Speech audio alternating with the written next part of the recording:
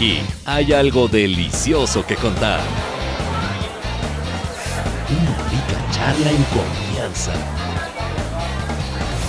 Un toque de gracia, picardía y buen humor. Con sabor a Manetti.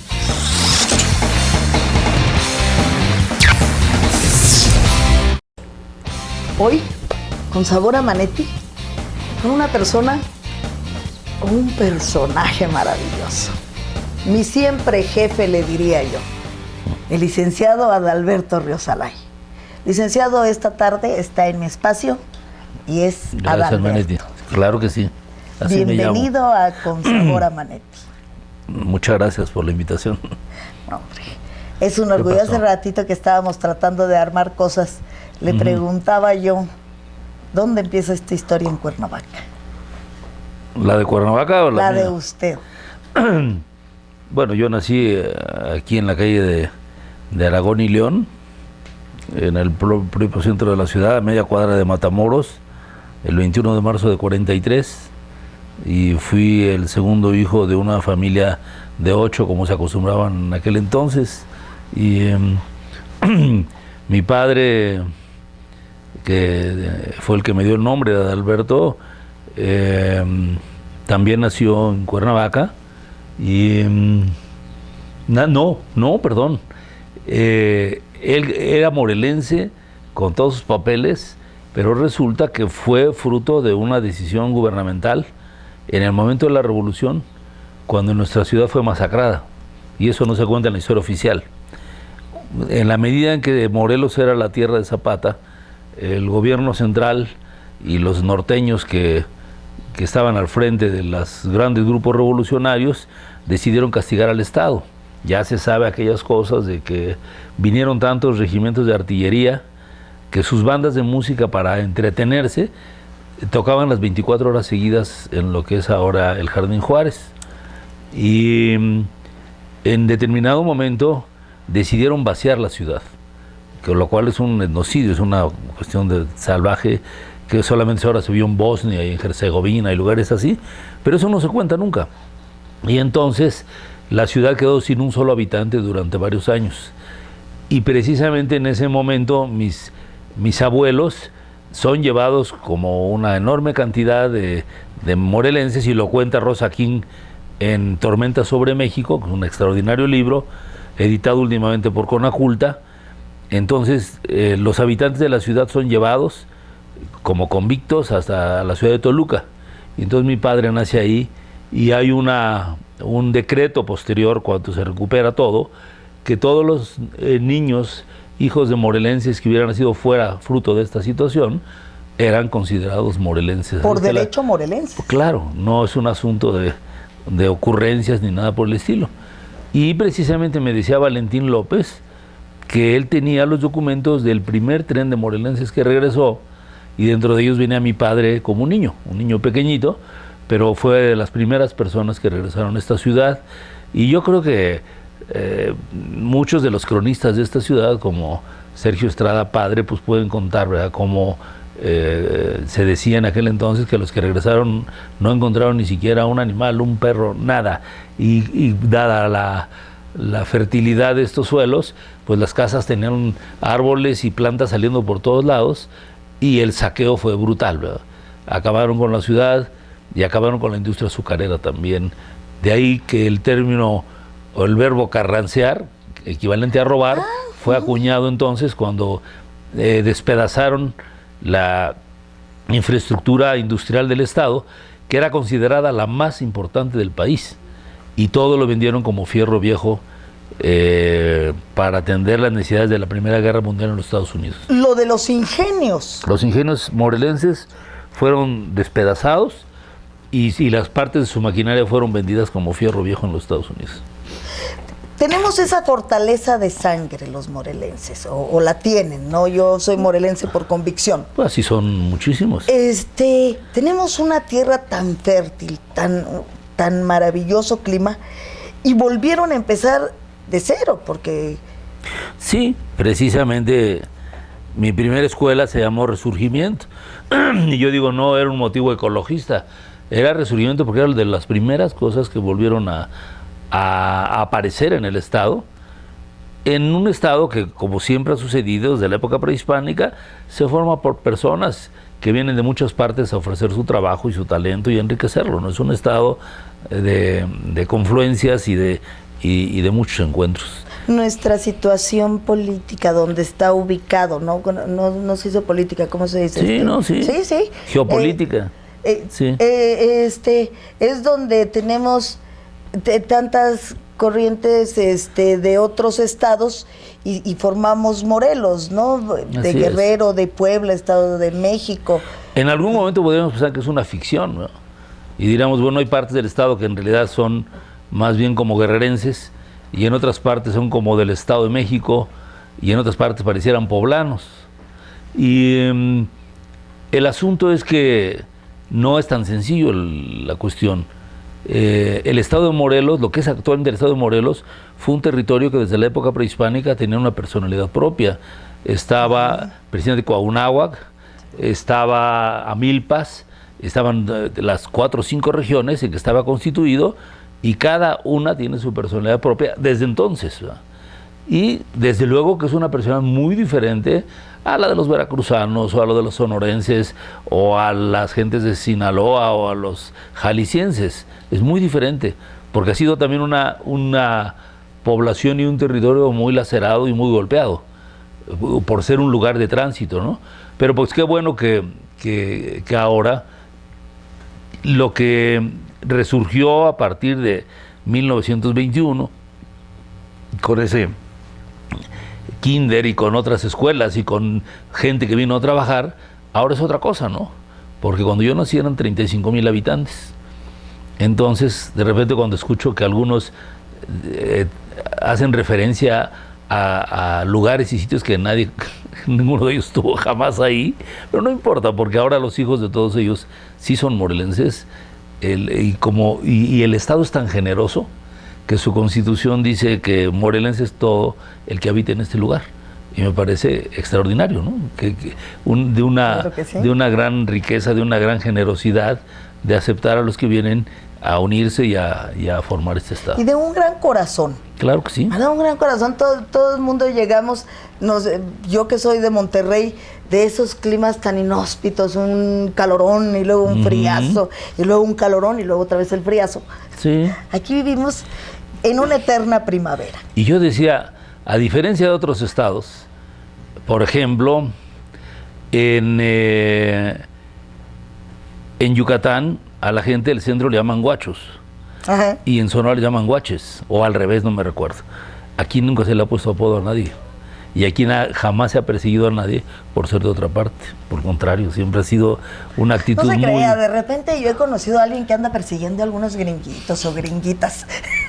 Pero eso es lo que los gringos ahora llaman acoso sexual, que eso es peor que la planificación familiar, porque están inhibiendo cuestiones espontáneas y naturales del género humano. No, es decir, claro... Estoy bromeando, acuérdense que no soy muy seria. No, sí, pero yo creo que el Estado y las personas de aquí siempre han recibido a cualquiera que llega... A todo mundo con los brazos abiertos. Sí, no que les hagamos fiestas, porque tampoco somos jarochos, ¿no?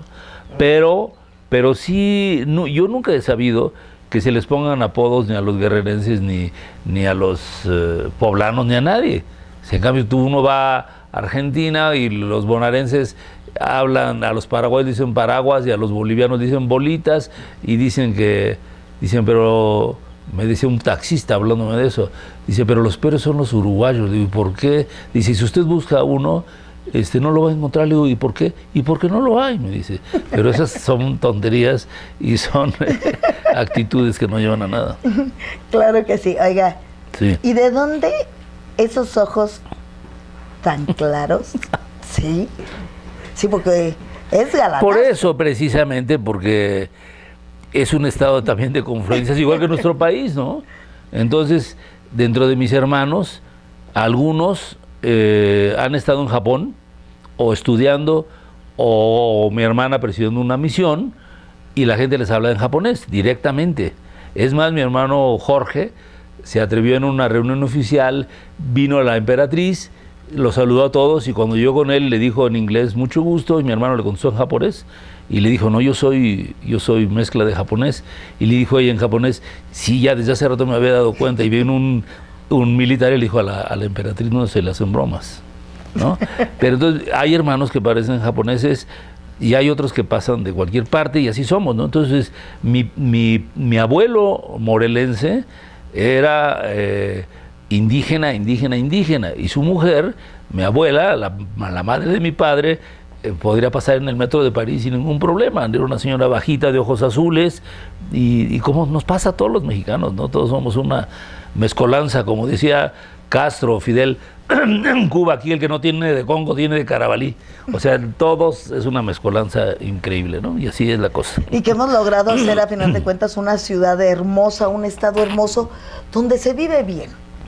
Pues yo creo que tendríamos la oportunidad de tener un verdadero paraíso, porque en primer lugar el clima es inigualable, y yo creo que espero que algún día que terminen estas circunstancias que vivimos tan penosas en todo nuestro país, esta ciudad vuelva a ser, no porque antes fuera un paraíso terrenal y todo funcionaba, no, pero sí hay condiciones para volver a algo definitivamente de lo más extraordinariamente acogedor y hospitalario. Sí, yo sí creo que sería un verdadero paraíso, ¿no? Yo creo que yo viajo mucho y cuando vengo de los calorones de Campeche o de Sonora o de algo así, o del frío extremo, y voy a llegar a Cuernavaca y no hay ningún problema, todo está bien, y ojalá que algún día también la paz y la armonía retornen al Estado y será verdaderamente fuera de serie.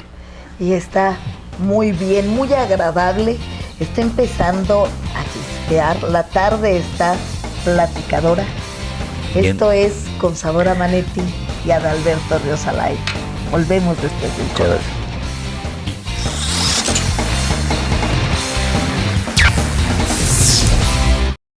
Impresión digital, copias por mayoreo, engargolados, enmicados, publicidad impresa, flyers, pósters, tarjetas, trípticos, folders, revistas y mucho más. Todo así de rápido. Express, imprenta y copias. Además, venta y renta de copiadoras. Calle Dr. G. Gándara 406, Colonia El Vergel. Express, imprenta y copias. Línea y Belleza, la solución para la modelación corporal sin cirugías ni dolor. Reduce tallas, celulitis y líneas de expresión. Reafirma, levanta, tonifica músculos y piel. Tecnología y belleza en un mismo lugar. Depilación láser, tratamientos corporales, faciales, masajes, manicure y pedicure. Línea y Belleza, cuidando siempre tu figura. Pinter, más que una estética o salón de belleza, somos verdaderos consultores de imagen y estilo. Pinter SOS, al rescate de tu cabello, brindando una cabellera suave y sana para cualquier ocasión. Pinter, todo para tu cabello, reparación total.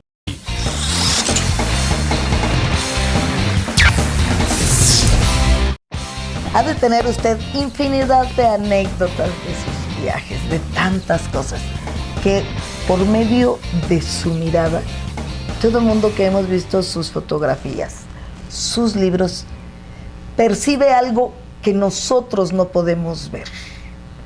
Debe de tener infinidad de anécdotas. Me recuerdo que una vez en la UNESCO en París, dos funcionarios empezaron a ver fotografías mías y empezaron a decir cosas que yo nunca había pensado. Porque me dijeron, ¿cómo hiciste para tomar este autobús en La Habana en el momento en que los rojos no sé cuánto se combinaban con no sé qué? Y le dije, pues para empezar yo no veo el rojo porque soy daltónico, ¿no? Pero no, les dije. A ver, eso es maravilloso. Y, o sea, ahorita lo que nos está diciendo, ¿con qué sensibilidad de percibir? Yo creo que tal vez por eso mismo, porque como no tengo la misma percepción del color de ustedes, pues me tengo que esforzar un poquito más.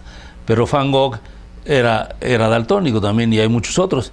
Pero bueno, volviendo a esto, cuando esos funcionarios de la UNESCO dijeron tantas cosas de los colores y las luces y todo, me percaté de algo importante. Ellos fueron educados en Francia y ellos fueron educados en ver. Desde niños eran llevados a los museos y los padres les enseñaron a observar y a definir y a tratar de apreciar la escultura y la pintura y las formas arquitectónicas. Entonces hay toda una educación en ese sentido.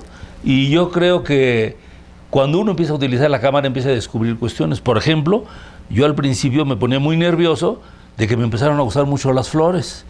Y en mi generación eso hubiera sido inaceptable, ¿verdad? Que una persona que pertenecía al género masculino le interesaran las flores. Vaya tontería, ¿verdad? Y entonces empieza uno a ver y a observar más. Y yo, por otro lado, tuve la fortuna que desde pequeño, no porque mi familia saliera de vacaciones para nada, porque eran otras épocas, no había vacaciones. Las grandes viajes era ir a Tehuixtla o alguna vez ir a Acapulco y sentir esa emoción de subir esa montaña y de repente empezar a ver el mar. Pero lo que sí me acuerdo es que una ocasión pudimos ir a Oaxaca y entonces yo empecé a observar cosas que mis propios padres me enseñaron a empezar a ver. Por ejemplo, ellos todavía eran relativamente jóvenes y escucharon una marimba maravillosa y ellos vieron cómo y medio forzaron una puerta de una gran casona y nos metimos a escucharla.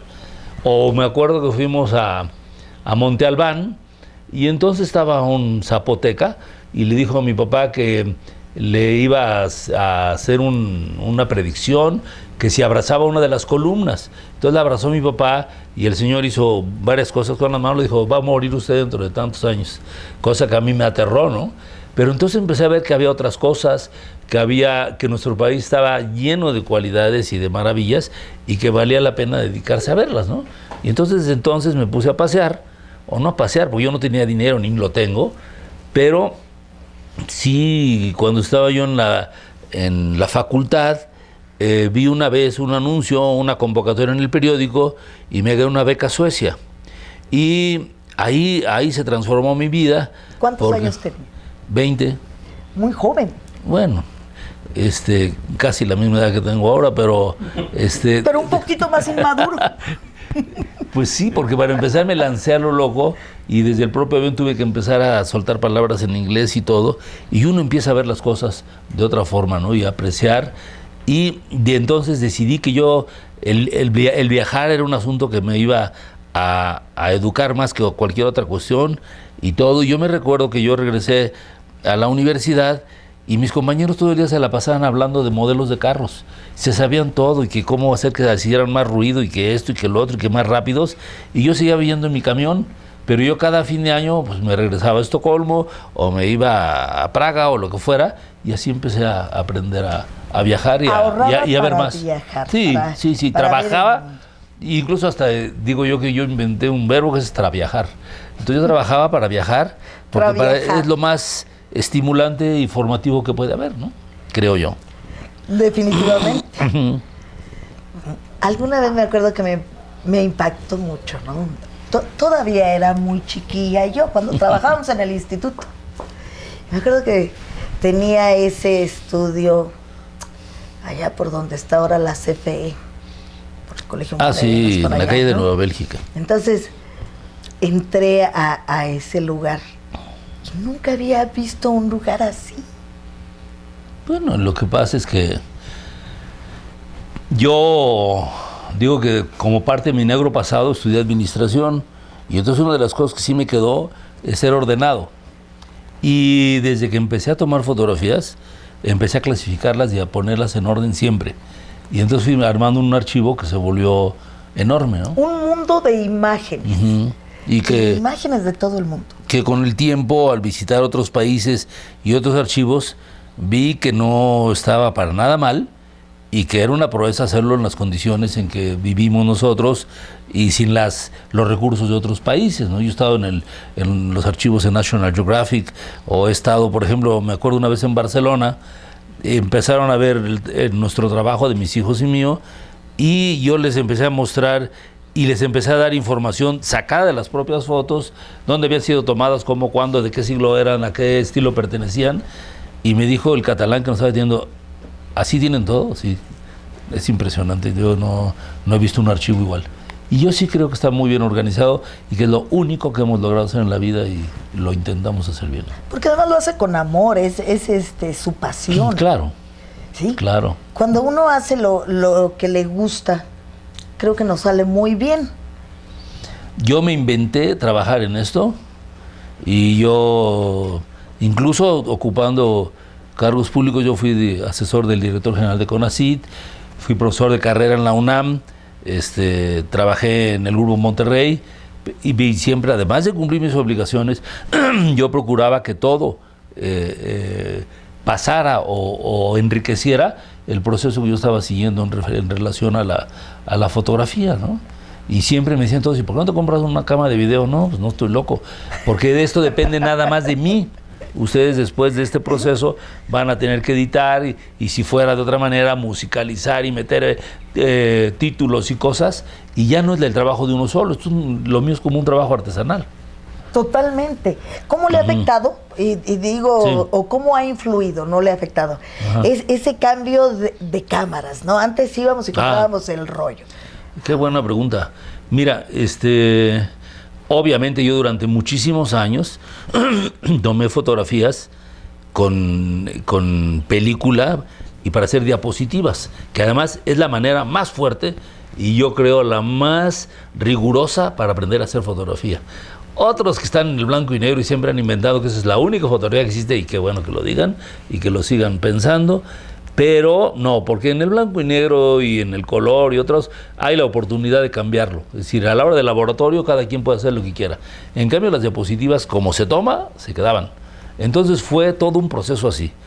Y la verdad, el día que tuve, me recuerdo la última cámara que compré de película, la compré en Nueva York. Entonces me la dieron ahí en B&H, en la tienda, y ahí tienen una como salita. Ahí mismo pedí rollos, inmediatamente le puse uno y salí a tomar fotografías. El día que tuve por primera vez una cámara digital en mis manos, yo sentía que era otra cosa. Era totalmente distinto. No me atrevía yo ni a tocarla. Es más, la tuve guardada como 6 meses. Y no la tocaba, no me atrevía. Por la misma situación de las personas de mi generación al enfrentarse con una computadora. No es fácil. Yo veo a mis nietos y cualquiera de ustedes, sus niños, sus sobrinos, sus nietos, se sientan con la computadora como fuera algo, como lo que es, algo absolutamente lógico y natural. Y a mí me tienen que dar horas y horas, y además no quiero que me den horas. Me enseñan una cosa de 1 minuto y dije, no, la semana que entra aprendo la siguiente, pero de una vez la otra. No. Y yo todo lo hago en computadora, todo. Cuando empecé a descubrir la maravilla extraordinaria de lo digital, dije, uno debe agradecer, ¿verdad?, que me toca viajar en Jumbo, que puedo usar cámaras digitales, que puedo usar el internet, todas esas cuestiones que son unas herramientas maravillosas. Y para mí ha sido extraordinario trabajar en ese mundo que definitivamente vino a aportar. Todavía me acuerdo que hubo una reunión a la que me invitaron en la Tallera, en donde un grupo de personas que se dedican a la fotografía, todos despotricando contra la cámara digital. Y todos diciendo, no, es una porquería. Uno clásico rollero que se quedó en los 60s diciendo, esto es un instrumento del imperialismo. Le digo, ¿por qué? Porque estos lo usan para manejarnos. No, es más que nos manejen, vendernos el rollo, llevarlo al laboratorio, ir a recogerlo. Eso es más dinero y eso sí es, en dado caso, una mayor dependencia. En cambio, esto que te den una tarjeta y si la usas bien, como la puedes usar una y otra vez, es una liberación. Y yo creo que está demostrado que las computadoras, que estas cámaras que antes nadie tenía, que eran carísimas, ahora afortunadamente ustedes, un grupo que comienza, las está utilizando. Entonces no son instrumentos de dominación, sino yo creo que de liberación.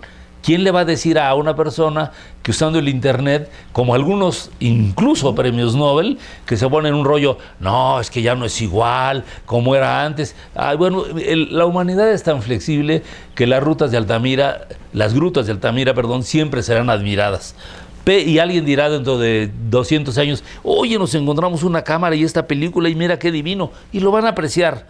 Pero negar la importancia que tienen estas cosas, decir que no sirven los libros digitales, que otros en la academia se pongan pulguientos por decir, es que está haciendo referencia a no libros tocables y a impresos, sino al Wikipedia. Pues puede ser Wikipedia, puede ser la que sea. Algunas cosas están fallas, pero el darse cuenta que están fallas es un aprendizaje. Y en última instancia, la semana pasada o antepasada se acabó la Enciclopedia Británica como libro. Y los libros que se venden ahora más que ninguno son los electrónicos. Y esto no es para rasgarse las vestiduras, porque eso es símbolo o es un síntoma de que uno ya se volvió más viejo de lo que luzco, ¿va? Si yo me pongo en ese plan, pues yo no haría nada, porque en primer lugar mis piernas ya no me dan. Me las tengo que cambiar pronto con 2 operaciones tremendas Y si a eso yo me negara a usar la computadora y lo digital, pues estaría yo loco, me estaría yo quedando en otra época, en otro momento, y tengo que decir algo y que no me oigan, pero no me van a oír. Mis compañeros secundarios nos sentamos a desayunar el sábado y éramos unos 14 y solamente 4 tenían dirección de internet. Eso sí, ya se quedaron en otra. Ya se quedaron en otra época. Es decir, si no estás en eso, no existes. No existes. Y yo que no tengo ni los dineros ni nada, pues afortunadamente, o mucho de mi trabajo, lo hago en mi estado, en mi país y fuera de mi país. Si no tuviera esas herramientas y esas posibilidades, no tendría acceso a nada, absolutamente a nada. Tiene las alas de la modernidad. Pues sí. ¿Qué le parece si con esto? Déjame decirte Nos mejor lo vamos que vi en la cama de, no por estar con ella, sino porque lo escribió Frida Kahlo, que tenía sus piernas mucho peor que yo y su columna, y puso ahí: piernas pa' qué te quiero si tengo alas para volar. ¿No? Ahora sí Frida. con esto, porque piernas pa' qué te quiero si tengo internet para comprar. Eso lo dijo Adalberto. No, yo no. Eso lo dijo Manetti. Eso lo dijo Manetti.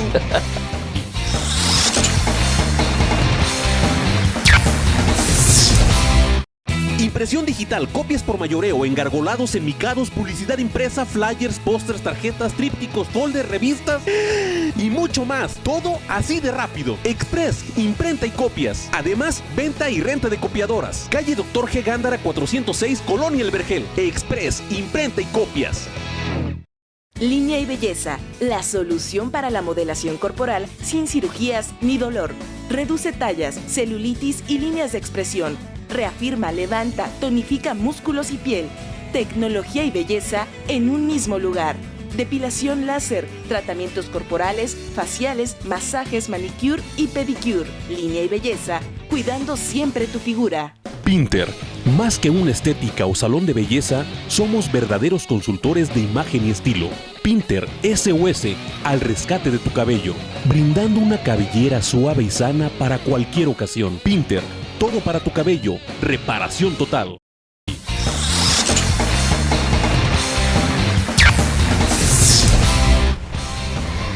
Ahorita que nos fuimos al corte, seguimos con esta plática que te emociona. Y le digo una cosa, hasta le estoy perdiendo el miedo. Ya hasta se me está quitando lo nerviosa. A ver, dime. Me fue muy grato cuando empiezo a buscarlo en el Face, ¿no? En el Facebook. Sí, que para mí también es nuevo. Sí. Adalberto Ríos Alay. El poder compartir, o que usted nos comparta, ¿no? Cada lunes. ¿Mm? Y veo, y viajo. Y así como yo viajo a través de su mirada, debe de haber muchísima gente que hacemos lo mismo. Fíjate que yo no para nada considero que mis fotografías sean de tal o cual jerarquía, ni no. Sí he tenido la suerte, la verdad, que la UNESCO sí lo considere y me diera un premio mundial, pero eso no es lo que importa. Yo creo que lo que importa es la intención que está atrás. Y yo la cámara la empecé a utilizar para compartir, sí, porque yo casi me ahogaba. Es decir, yo tuve, eso sí, la inmensa suerte por la Universidad de México y por el Consejo de Ciencia de viajar por todo México. Y yo cada vez que iba y me encontraba con escenas extraordinarias del trabajo, del talento, del sufrimiento, del esfuerzo de gente mexicana, desde las playas de Quintana Roo hasta el desierto en Baja California, yo llegaba y lo contaba con toda emoción y la gente no está vacunada contra eso, mucho. Y entonces, pues lo que hice fue, dije, es que con una cámara, con suerte se los muestro y se emocionan un poco más. Entonces sí es la intención esa, compartir y con mucha sencillez, con mucha modestia, decir, volteen a ver al país que les hemos dado en la torre, vean el desprestigio al que hemos llegado, vean la barbaridad de muchas cosas, pero también vean en el maravilloso talento y producción de la gente mexicana y lo que siguen haciendo a pesar de los que se han montado encima de todo eso. A pesar de. Sí. Sí, a pesar de. Yo hace que a partir de lunes esos van a aparecer en todos los postes de todo nuestro país, en todas las piedras y en todos los árboles, con una sonrisa inexplicable, ¿verdad? No sé de qué se ríen. ¿Por qué a partir del lunes? Porque empiezan las campañas, ¿no? Es una contaminación anunciada. Sí, de veras. pero es una Yo he visto cosas que tremenda. son verdaderamente imperdonables, ¿verdad? Yo he visto y los he fotografiado grandes carteles de un político que decía voten por mí y por mi perro Rufo y mi asesor. Y yo digo, pues sí lo ha de requerir, porque para eso de las mordidas debe de ser muy importante, ¿no? Ahora, no es fácil, obviamente, pero en fin, dejemos ese desagradabilísimo esos temas tema. tan pesados, tan pesados. Hace algunos años, y le platicaba ayer, hace 12 años, Sí. la última vez que platicamos así como lo estamos haciendo ahorita, pero no tan bonito como el día de hoy. Estábamos en casa de Chiqueco. Y me acuerdo que en ese entonces usted dejaba el instituto y le dice al arquitecto Toussaint, mira, aquí te presento a Manetti. Ella está inventariada dentro del instituto. Creo que son palabras que más que nada me dieron mucha responsabilidad. No, pues qué bueno. Mucho compromiso. Y fíjate qué interesante. Alfonso Toussaint, que se incorporó también al instituto después, pues una persona que ha trabajado mucho sobre aspectos de patrimonio de nuestro estado, sobre todo. O Shigeko, que vino desde el Japón y se convirtió en una pieza clave en la difusión cultural. Sí. Pero además con una visión, la señora, que además de que traía puras exquisiteces y que fue clave en Amigos de la Música, que es una organización verdaderamente ejemplar de nuestra comunidad, y Shigeko la proyectó a los municipios. Entonces eso habla mucho de visiones de otras personas, sí, y de una generosidad extraordinaria, ¿no? Pero usted fue parte clave en mi vida. Sí, no sabe usted lo que puede decir. Una palabra, está inventariada. Sí, estoy inventariada. Sí, definitivamente me gusta, me he metido a todo el estado, porque en ese momento estaba yo en Jutepec, en Cultura Municipal, y después regresé nuevamente al instituto y me manda, ¿no? Pues ve a ser el directorio de artesanos. Y me toca conocer todos los municipios del estado. Qué buena escuela. El sábado, y con responsabilidad. La semana pasada, o en estos días, que se hace la presentación de los conventos de Morelos, se siente muy bonito ver y decir yo sola, está al lado. Claro. Está al lado. Manetti, pues ojalá que hubiera muchas personas nacidos en donde quieran, en la avenida Morelos, o nacidos en Yucatán. Uganda, ¿Qué importa? Pero que tuvieran esa actitud. Precisamente Valentín López me contó que un día llegó un señor, tocó a su puerta como cronista de la ciudad y le dijo, señor, vengo a vivir a este lugar, a esta ciudad y a este estado. Quiero que me diga qué libros tengo que leer para integrarme lo más rápido posible. No andar necesariamente en otras ondas y decir, he estado en todos los municipios. No, una cosa es estar y otra es sentarse y sentirlo. Sí. Y yo creo que eso ayuda mucho. Y esto no es chauvinismo, esto es real. Entre la gente más se involucre y llegue a esas esencias. Tú tuviste un padrino extraordinario. Y yo iba a decir ahorita precisamente el instituto. En ese instituto del Estado hay gente muy buena, hay gente que ha hecho muchísimo. Está desde un Edgar Azad, un extraordinario museógrafo de Jojutla, sí, y no porque haya nacido en Jojutla, porque ahorita voy a mencionar otros. Por favor, Adalberto, de la hermana República de Jojutla, como dice pues Edgar. Sí. y Edgar nos ha dejado para muchas generaciones unas obras museográficas, ya quisiéramos, ¿verdad? Y con un cariño por el Estado, y cuando yo tengo el privilegio de viajar con él, mire, párese aquí porque esa florecita silvestre, con un cariño, y eso sí es muy importante. Pero también, puedo decir, un hombre que creo venía de Rosario, de la Argentina, Guillermo Hebling. ¡Qué maravilla! Guillermo Hebling, que era suizo-argentino, ¿eh? Sí. Y el señor escucha a un bárbaro que vino dizque a gobernarnos decir, es que en el estado de Morelos no hay arte popular. lo estaba diciendo con otra funcionaria pública. Y él se acercó y les dijo, señores, donde quiera que haya una agrupación humana, hay arte y cultura popular. Y él se lanzó a hacer, en eso que participas, una colección de cultura, de arte popular, Morelos, del que todo el mundo dice, ay, pues yo creo que no tenían nada, igual que no tienen comida, no tienen música, no tienen nada. ¿Qué? El señor va y hace un inventario que a mí me tocó la suerte de recibirlo, y cuando lo mandamos al Museo Nacional de las Culturas Populares, me habló la directora y me dijo, oye, Adalberto, esto fue programado para un mes. Por favor que se quede 6, porque ha sido un acontecimiento. La calidad de las cosas y la calidez de estas cuestiones que vienen desde adentro de un pueblo que ha tenido que permanecer muy callado y que la ha pasado mal. Bueno, ahí está Guillermo Hemling, que hizo esto. Ahí está Shigeko, que viene del Japón, y muchas personas que han venido a aportar. Y ahí está Edgar de Jojutla. Que es maravilloso. Claro, maravilloso. gente buenísima. Cuando yo empiezo con este proyecto, ¿no? De Con Sabor a Manetti, querer hacer unas más de mis locuras. ¿Ya grabaste a Edgar? Ay, no sé, imposible. Pero yo después de ustedes le voy a decir, no, si no te me escapas. No, es que él además tiene otra enorme virtud que después se convierte en defecto. El querer pasar desapercibido. Reservado. Pasar desapercibido.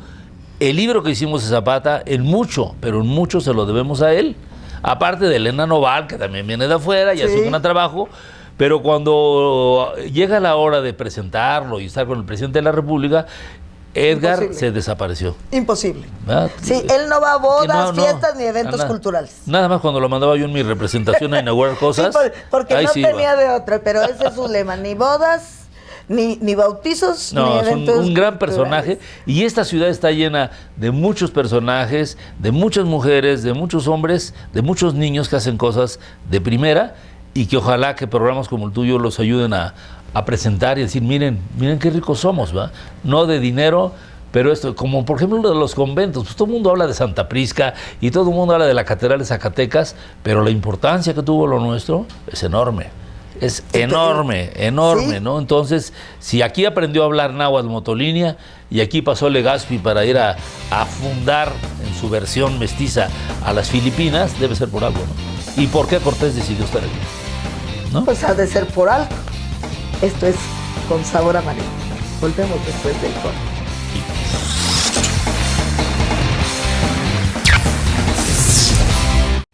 Línea y belleza, cuidando siempre tu figura. A través de la aparatología tenemos solución para cada uno de tus problemas estético-corporales. Una alternativa rápida, eficaz, no invasiva, no agresiva e indolora. Este es un aparato que se llama ultrasonido cavitatorio. Este aparato se trabaja por zonas en el cuerpo, donde tenemos las zonas más gruesas, por ejemplo, abdomen, pierna, cadera. También sirve para reducir el brazo. Ahora, si lo que quieres es quitarte unos añitos de encima, con la radiofrecuencia reducirás flacidez y líneas de expresión, devolverás la firmeza a tu cuerpo, se regenerará el colágeno y se reestructurarán los tejidos cutáneos. Nuestro tratamiento de radiofrecuencia va a activar el colágeno y la elastina, que eso lo vamos perdiendo por las inclemencias ahora sí del tiempo, por tanto exponernos al sol, vamos arrugando nuestra piel, entonces esto va a regenerar. Va a haber ahí un levantamiento y este tratamiento empezamos a ver resultados desde la tercera sesión. A los 6 meses que terminamos nuestro tratamiento, vamos a ver nuestra piel completamente levantada. Por su parte, el Triactive mejora la circulación y dolores musculares. Es un aparato ideal para la recuperación postparto y para pre- y post-liposucción. Nuestro aparato se llama Triactive, es un aparato que funciona ahora sí a base de frío y ahorita la chica está manejando lo que es abdomen. Este aparato sirve más que nada, lo recomendamos para después de la liposucción o la lipectomía, porque va a suavizar mucho la piel y vamos a ver muy buenos resultados. También sirve para ahora sí que corregir la silueta, vamos a irla formando, vamos a formar la cintura, vamos a ir recogiendo los gorditos que se hacen luego del pantalón a la cadera. El Vela Smooth y Vela Shape son una maravilla, seguros y eficaces. Cada uno se utiliza dependiendo del problema de la persona. Moldean y reducen la celulitis, Son tratamientos no quirúrgicos muy efectivos y se pueden aplicar en casi todo el cuerpo. Este trabaja a base de las 3 tecnologías, como es la vacunterapia, luz infrarroja y radiofrecuencia, y está indicado en la reducción y disminución de la celulitis y tallas. Línea y Belleza es la mejor solución no quirúrgica para la modelación corporal. Con estos métodos no requieres de inyecciones ni anestesia, sin dolor, inflamación y sin cicatrices. Además, Línea y Belleza te consiente en un ambiente íntimo y de relajación, disfrutando de un delicioso café, jugo, refresco o agua, mientras te realizas un pedicure y manicure spa o te decoras tus uñas. Aquí estamos haciéndole a la chica una limpieza profunda, que es a base de extracción. Con nuestro aparato, con nuestro robot, es una limpieza profunda para que ella vea una apariencia más fresca. Vamos a disminuir los puntos negros, los barritos, las espinillas, va a tener una mejor expresión su cara. Por supuesto, no podía faltar la eliminación del desagradable vello corporal a través del láser. La depilación láser lo que hace es inhibir el crecimiento del vello. La luz lo que hace es buscar el pigmento para destruirlo. A partir de 2 años empezamos a salir el vello más pequeñito, como vello de bebé, y en algunas áreas no salen todo. El tratamiento depende del crecimiento del vello, de la pigmentación. En pieles blancas el tratamiento es más efectivo porque en una piel morena el láser lo que busca es el pigmento. Las partes que podemos trabajar son pierna, axila, ingle, cara, orejas, dedos, brazos, el área del bikini. Espalda también manejamos. Tecnología y belleza unidas en un mismo lugar. Puedes cambiar tu vida. Visítanos. Calle Rufino Tamayo 52, local 7, Plaza Rufino Tamayo, Colonia Capancingo, en Cuernavaca. Te brindamos atención de lunes a viernes de 9 a 6 de la tarde y los sábados de 9 a 12. Solo damas. Cuidando siempre tu figura, Línea y Belleza.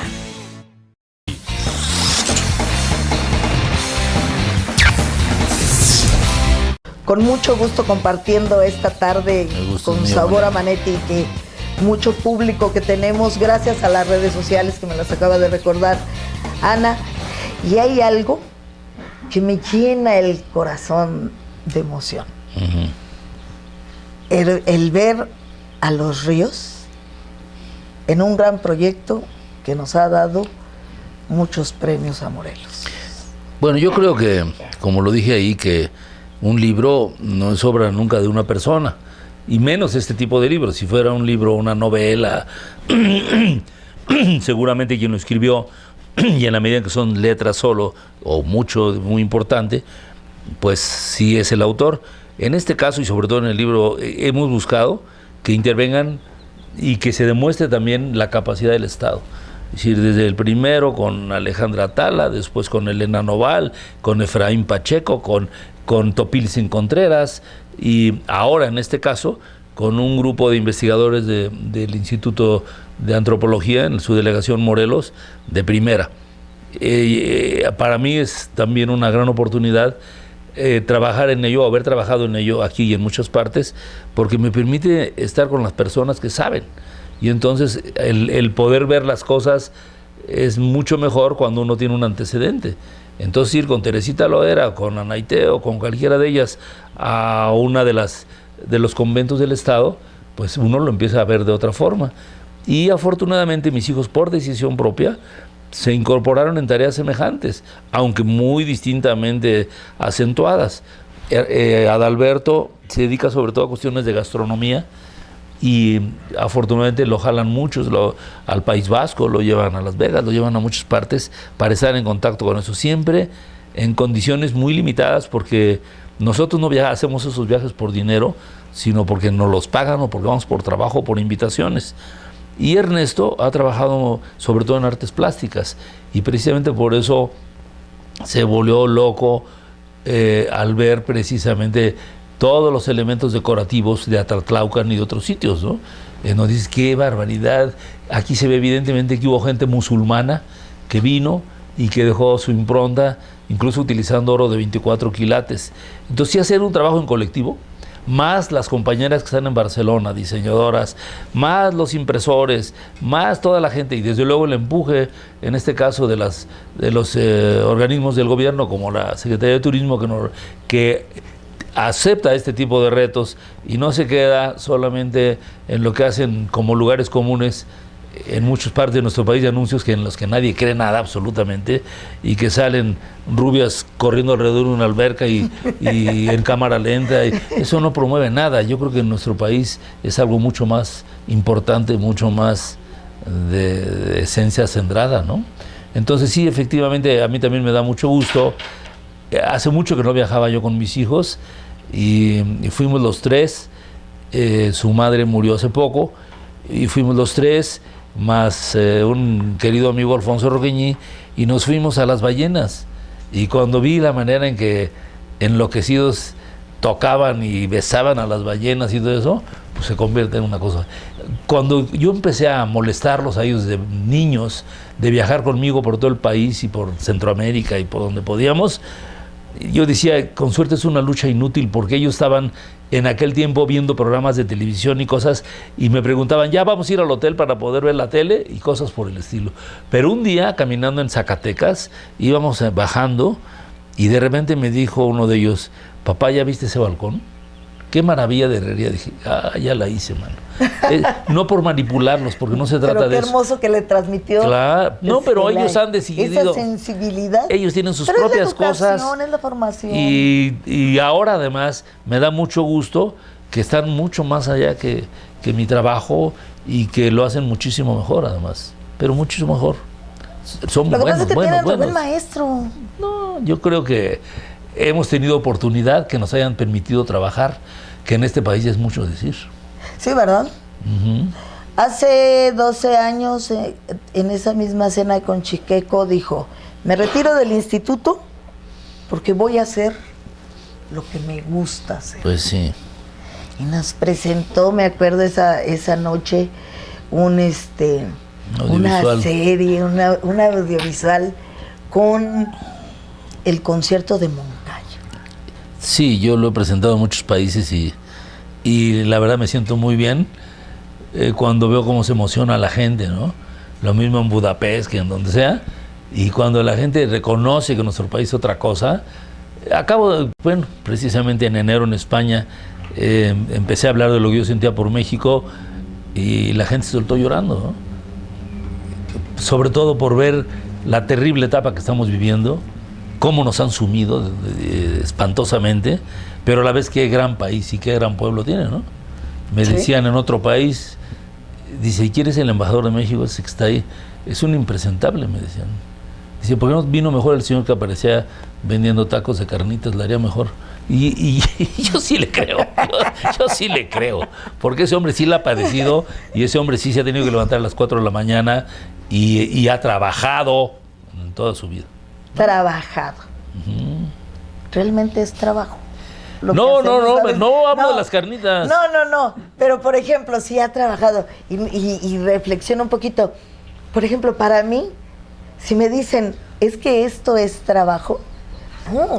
O sea, decía el cardenal Spellman de Nueva York hace muchos años que la gran desgracia de la humanidad es que la inmensa mayoría no trabajaban en lo que querían.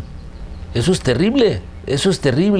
Y hay muchos que nunca han trabajado en nada, que esos son peores. Eso es peor. Y que tienen grandes fortunas y que dominan este país. Hay muchos de veras que no han dado golpe, jamás, nunca han pagado un impuesto y ahora nos obligan y cosas por el estilo. Pero bueno, vuelvo a insistir en eso. Decía Spellman, el trabajo es un hecho esencial en la vida de la gente. Si la gente no está haciendo algo que le gusta, qué infelicidad estamos sembrando, ¿ah? Eso es verdad. Es tremendo. ¿Usted siempre ha hecho lo que le ha gustado? Siempre. ¿Nunca ha habido algo que diga, se lo tengo que hacer? Pues no, porque trabajé muchos años en la UNAM, y a mí la UNAM me parece una de las instituciones más extraordinarias que tiene México. Desde su trabajo de investigación por todo México, que gracias al doctor Soberón, con quien yo trabajaba, pude conocer todos los centros de investigación de mi país.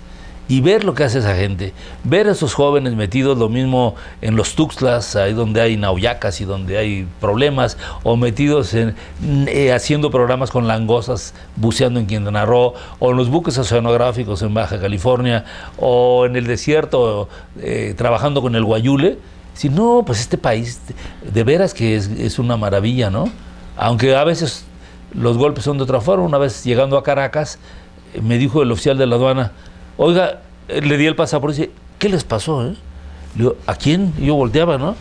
¿A ustedes? ¿A quién? Le digo yo, a los mexicanos. Dice, México era nuestro ejemplo, era nuestro hermano mayor, nuestro líder. Ni modo, pum, me pone el sello, ya me regreso al avión, ¿no? Pero eso no es culpa del pueblo mexicano. Yo insisto que si ahorita volviera yo a ver a todas las gentes que he conocido, desde los que preparaban, por decir algo, comida maya mezclada con libanesa en Quintana Roo, una delicia, o si me voy nuevamente con los pescadores de Tlacotalpan, de Tlacotalpan, sí, también de Tlacotalpan, pero sobre todo de Puerto Alvarado, y oír cómo se mientan la madre con esa clase que lo hacen los veracruzanos, o estar, que me he recorrido todo Nuevo León, todo Coahuila, todo Durango, que me los conozco bien, y ver a esa gente, estoy seguro que los voy a encontrar haciendo lo mismo que los vi hace 20 años. Saliendo a las 3, a las 4 de la mañana, trabajando como locos por sus hijos, esforzándose por su comunidad, haciendo obras maravillosas. Entonces, la quiebra de nuestro país no es culpa del pueblo de México. Es de los que han querido encaramarse en el timón. Definitivamente, no están a la altura de este pueblo. De veras que no. Yo soy un convencido de mi país y de su enorme, enorme talento, en todo y por todo, de veras. De lo que son capaces de hacer como albañiles, como pescadores, como campesinos, como investigadores, como artistas, de todo. Es un gran país. ¿Qué podemos hacer? Y una cosa, perdón, me acuerdo que una vez en España, y estaba yo trabajando y iba yo a Santiago de Chile, iba a Uruguay, iba a Bolivia y todo, y un día me dijeron, oye, ¿por qué siempre que vienes nos hablas con un entusiasmo de lo que viste en el Ecuador, o de lo que viste en Colombia, o de lo que viste en Venezuela, y de México nunca hablas? Digo, pues porque no lo necesita. ¿Por qué? Pues es que México es una gran potencia, ¿no? Es una gran potencia. Y además, hasta hace muy poco, la gente lo reconocía precisamente por eso, por una enorme fuerza, por una gran personalidad, que tenemos que recuperar, porque esa está ahí, esa sí no ha cambiado. ¿Cómo le hacemos? Si hasta ahorita, hasta para meter la droga en los países más poderosos, gentes que son analfabetas y todo, han formado unos cuadrotes que ya quisieran, que habla también de una capacidad enorme, ¿eh? Qué terrible, ¿no? Sí, vamos a canalizar toda esa capacidad, porque dice, los que han llegado, ¿qué hacemos nosotros? ¿Qué podemos hacer?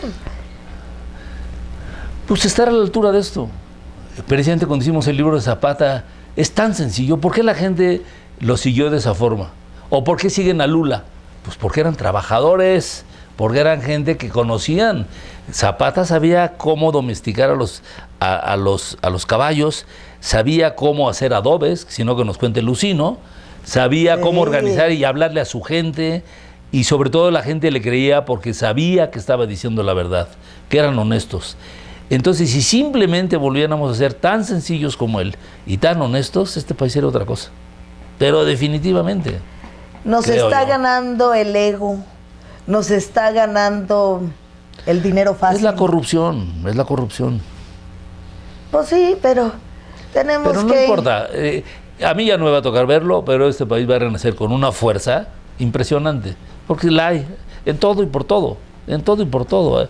Ver a los jóvenes de lo que son capaces de hacer, de la manera en que se meten a trabajar, del talento que tienen es enorme. Yo hasta aquí mismo en Cuernavaca, hablando de fotografía, cuando me he invitado la Escuela Activa de Fotografía o otras instituciones que lo hacen, a ver lo que hacen, a mí me parece fantástico. Y son jóvenes que acaban apenas de salir del cascarón, para no hablar de los pueblos, que ahí está todavía mejor, porque la gente ahí está en contacto directo pues con una realidad totalmente diferente, ¿verdad? Necesitamos más corazones tipo Adalberto Ríos. No. Más cerebros así, positivos, llenos de vitalidad. No, perdóneme, o sea... No, lo único que sí acepto es que Sí, que he trabajado hace mucho falta y eso. que quiero mucho a mi estado y a mi país y a América Latina y al mundo, claro. Y que al sí. mundo, y es un ser del mundo, un ser inteligente, un ser trabajador, un ser maravilloso. No, no. Le voy a decir algo, porque ya me están marcando que me quedan 2 Dicen que el que no minutos. conoce a Dios a cualquier barbón se linca. No nos equivoquemos. Esto es Adalberto Ríos Alay. Esto es Con Sabor a Manetti. Como siempre, les Muchas recuerdo gracias. que donde haya algo rico que comer y algo sabroso que platicar, ahí estaré, porque yo soy Manetti. Hasta la próxima. Impresión digital, copias por mayoreo, engargolados, enmicados, publicidad impresa, flyers, pósters, tarjetas, trípticos, folders, revistas y mucho más. Todo así de rápido. Express, imprenta y copias. Además, venta y renta de copiadoras. Calle Dr. G. Gándara 406, Colonia El Vergel. Express, imprenta y copias.